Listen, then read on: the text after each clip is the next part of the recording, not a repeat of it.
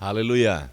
Salam sejahtera dalam kasih Tuhan Yesus Kristus buat Bapak Ibu Saudara sekalian yang diberkati Tuhan. Pada saat ini saya ingin share materi kepemimpinan, yaitu tentang pentingnya kepemimpinan. Ada beberapa alasan sehingga kita bisa memahami betapa kepemimpinan itu merupakan satu tugas, tanggung jawab, satu peran yang sangat penting dalam kehidupan kekristenan, bahkan dalam sebuah organisasi, bahkan dalam melaksanakan tanggung jawab kita di pelayanan, khususnya sebagai seorang pendidik Kristen. Ada beberapa hal yang akan saya share. Yang pertama, pentingnya kepemimpinan adalah karena kepemimpinan merupakan rencana Tuhan bagi manusia. Kalau saudara baca dalam kitab Kejadian pasal 1 ayat 26 sampai ayat yang ke-28, dikatakan bahwa Tuhan menciptakan manusia. Ketika Tuhan menciptakan manusia, berfirmanlah Allah, baiklah kita menjadikan manusia menurut gambar dan rupa kita, supaya mereka berkuasa atas ikan-ikan di laut dan burung-burung di udara, dan atas segala ternak, dan atas seluruh bumi, dan atas segala binatang yang melata, yang merayap di bumi. Ayat 28. Allah memberkati mereka, lalu Allah berfirman kepada mereka, beranak cuculah dan bertambah banyak, penuhilah bumi, dan taklukkanlah itu, berkuasalah atas ikan-ikan di laut, dan burung-burung di udara, dan atas segala binatang yang merayap di bumi. Dari dua ayat ini kita bisa memahami bahwa memang Allah menetapkan manusia sebagai penguasa. Manusia diberikan status yang sangat istimewa sebagai seorang penguasa, atau dengan kata lain seorang pemimpin. Pemimpin alam, pemimpin yang memimpin alam ciptaan Tuhan. Jadi dari awal memang Tuhan sudah merencanakan manusia menjadi seorang pemimpin. Dan kemudian di dalam kitab Injil Matius pasal 5 ayat 13 sampai ayat yang ke-16 dikatakan bahwa kita adalah garam dan terang dunia. Tuhan Yesus katakan begini, kamu adalah garam dunia. Jika garam itu menjadi tawar, dengan apakah ia diasinkan? Tidak ada lagi gunanya selain dibuang dan diinjak orang. Kamu adalah terang dunia, kota yang terletak di atas gunung, tidak mungkin tersembunyi. Lagi pula orang tidak menyalakan pelita, lalu meletakkannya di bawah gantang, melainkan di atas kaki dian sehingga menerangi semua orang di dalam rumah itu. Demikianlah hendaknya terangmu bercahaya di depan orang, supaya mereka melihat perbuatanmu yang baik dan memuliakan Bapamu yang di sorga. Harapan Tuhan, kita menjadi garam dan terang dunia. Apa yang sama dari garam dan terang? Garam dan terang mungkin satu materi yang berbeda, tetapi ada kesamaannya, yaitu sama-sama memberi pengaruh. Dan kita tahu bersama, kepemimpinan adalah sebuah pengaruh. Sehingga ketika Tuhan katakan bahwa kita adalah garam dan terang dunia, maka kita adalah orang yang ditetapkan Tuhan menjadi pengaruh, memberi pengaruh.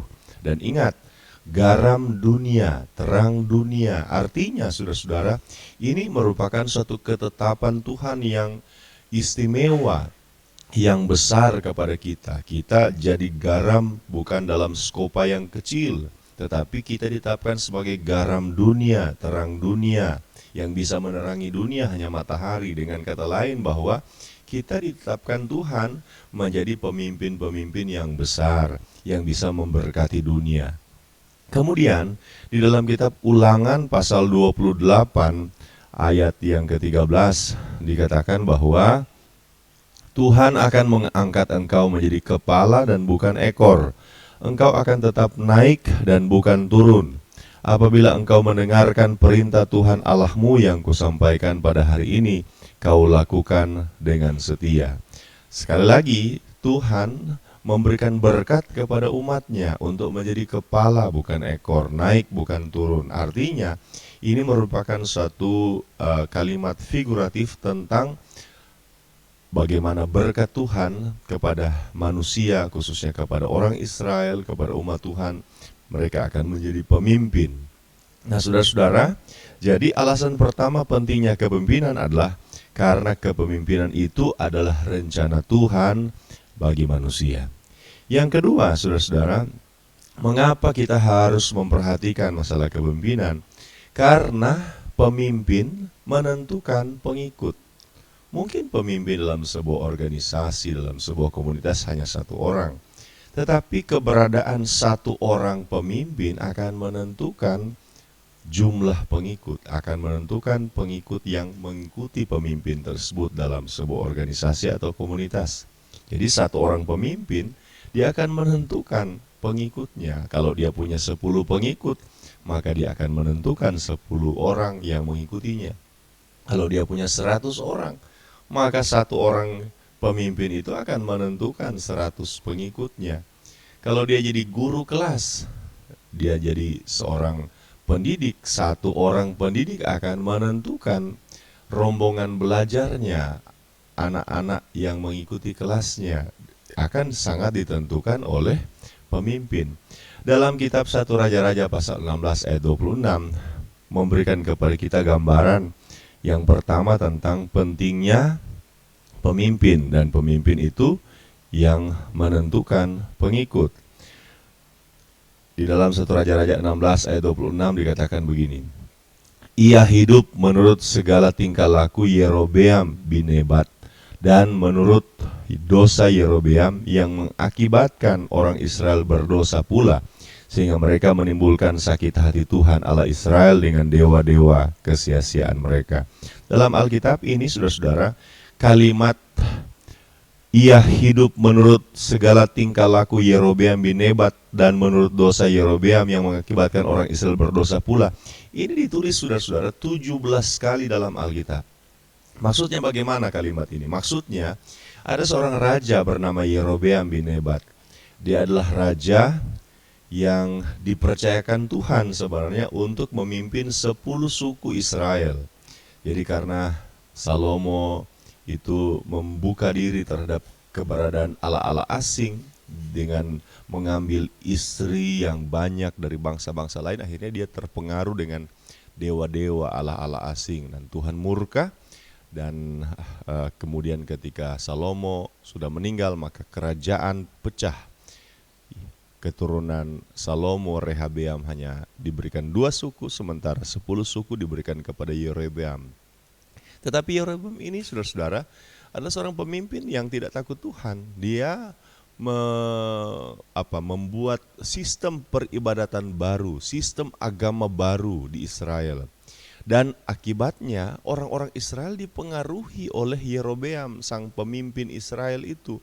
Orang Israel mulai membakar persembahan, mempersembahkan persembahan kepada dewa-dewi asing seperti yang dilaksanakan oleh Yerobeam. Nah, Yerobeam ini ternyata bukan saja mempengaruhi orang-orang Israel, tetapi Yerobeam ini seorang pemimpin yang mempengaruhi generasi-generasi selanjutnya, raja-raja Israel selanjutnya.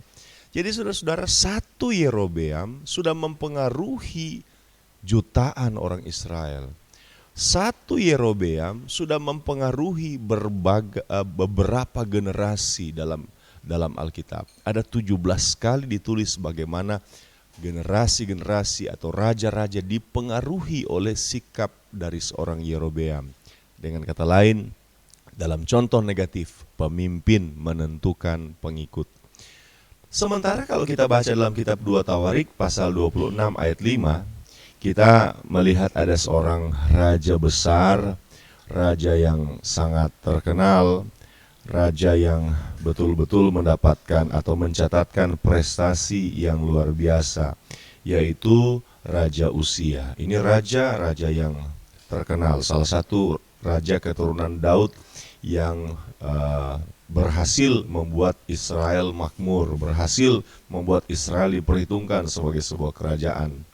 Dan Alkitab katakan bahwa Uzia ini di akhir hidupnya dia alami sakit kusta. Kenapa? Karena dia jadi sombong, jadi tinggi hati, jadi angkuh, dia ingin membakar korban persembahan. Tetapi sebelum dia menjadi raja yang angkuh, tinggi hati, akhirnya dapat kusta, dia adalah seorang raja yang takut Tuhan. Dan kuncinya ternyata disampaikan di dalam 2 Tawarik pasal 26 ayat 5. Ia mencari Allah selama hidup Sakaria. yang mengajarnya supaya takut akan Allah. Dan selama ia mencari Tuhan, Allah membuat segala usahanya berhasil. Artinya, Usia ini dia menjadi seorang raja yang takut Tuhan, raja yang menghormati Tuhan. Kenapa? Karena ada keberadaan Imam Sakaria yang mengajari dia supaya takut akan Tuhan. Nah, saudara perhatikan, di sini penting kepemimpinan karena pemimpin itu menentukan pengikut. Ada seorang imam bernama Sakaria yang menentukan bagaimana tingkah langkah Usia, raja Israel. Rupanya Raja Usia ini adalah seorang raja yang belajar dari Imam Sakaria. Di sini keberadaan guru ini menentukan siswanya, menentukan mahasiswanya, dosen menentukan mahasiswanya. Sebab ternyata siswa mahasiswa ini akan sangat dipengaruhi oleh gurunya. Usia saja seorang raja dipengaruhi oleh Imam Sakaria yang mengajar takut akan Tuhan.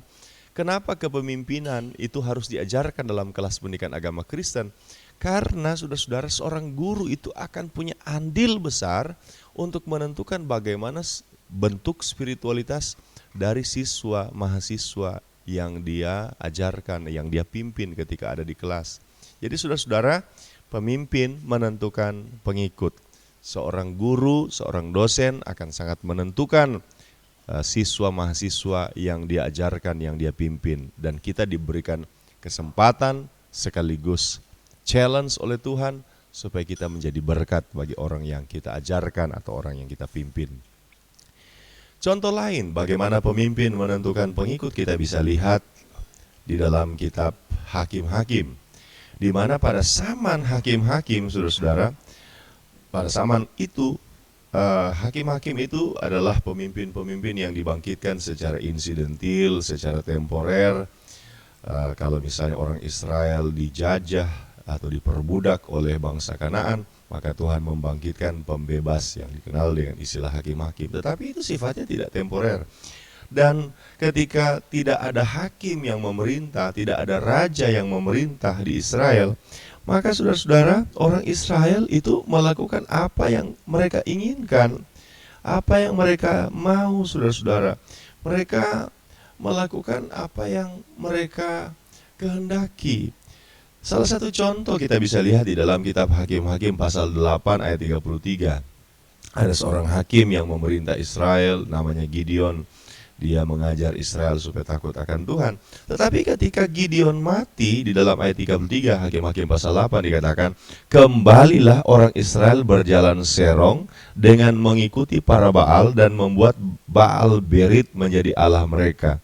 Jadi saudara-saudara, keberadaan pemimpin menentukan pengikut.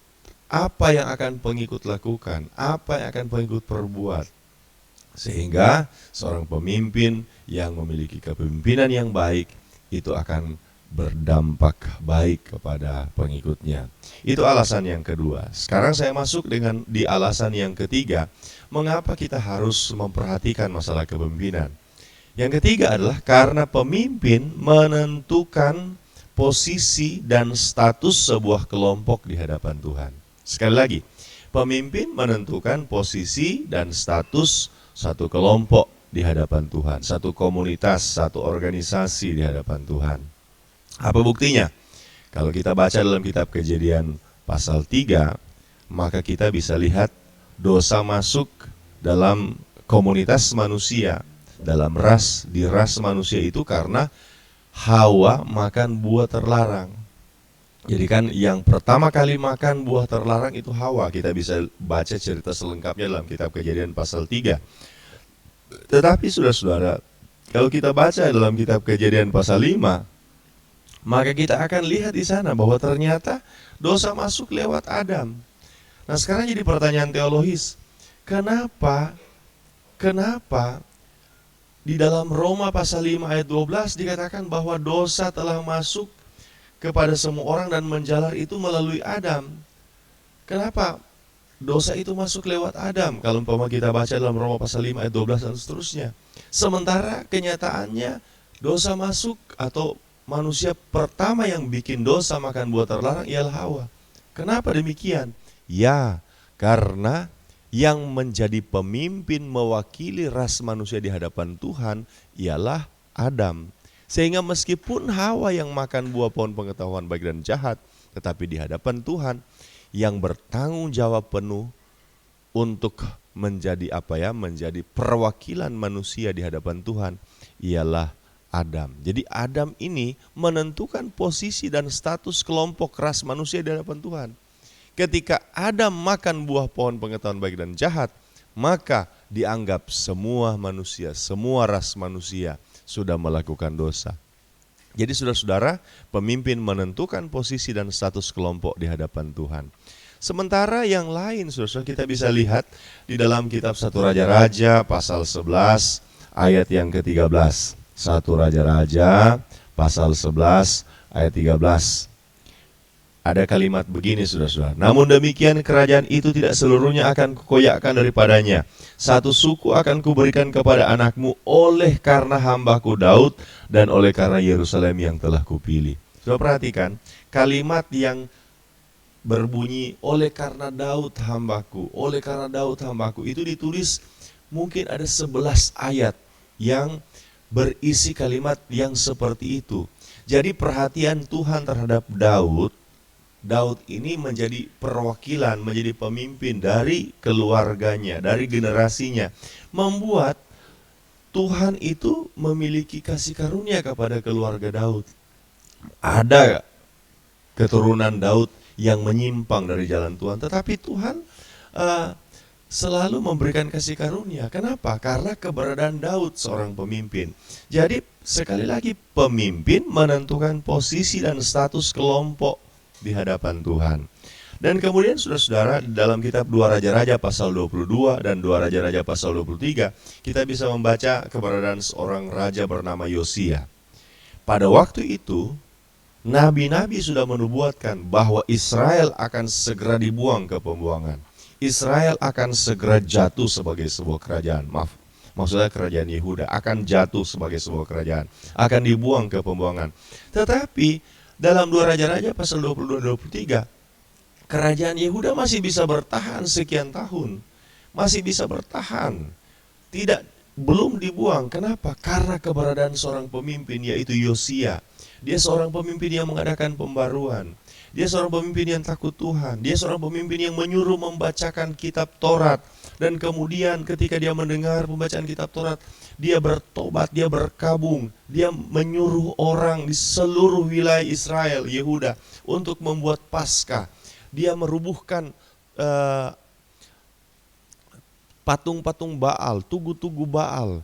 Dia melakukan hal yang Tuhan kehendaki. Sebagai seorang pemimpin, dia berusaha untuk takut akan Tuhan. Nah, akibatnya apa? Akibatnya adalah kerajaan Yehuda yang sudah dinubuatkan akan dibuang ke pembuangan, itu masih bisa bertahan. Kenapa? Karena ada seorang pemimpin yang takut akan Tuhan. Jadi saudara-saudara, pemimpin menentukan posisi dan status sebuah kelompok di hadapan Tuhan. Dari berbagai alasan yang sudah saya sampaikan di atas, maka kesimpulannya adalah sebagai seorang pemimpin yang diberikan kepercayaan untuk memimpin, marilah kita menjadi pemimpin yang takut Tuhan, yang selalu mengembangkan kepemimpinan yang baik, sehingga dari keberadaan kita akan jadi berkat bagi banyak orang. Tuhan Yesus memberkati kita semua, dan shalom.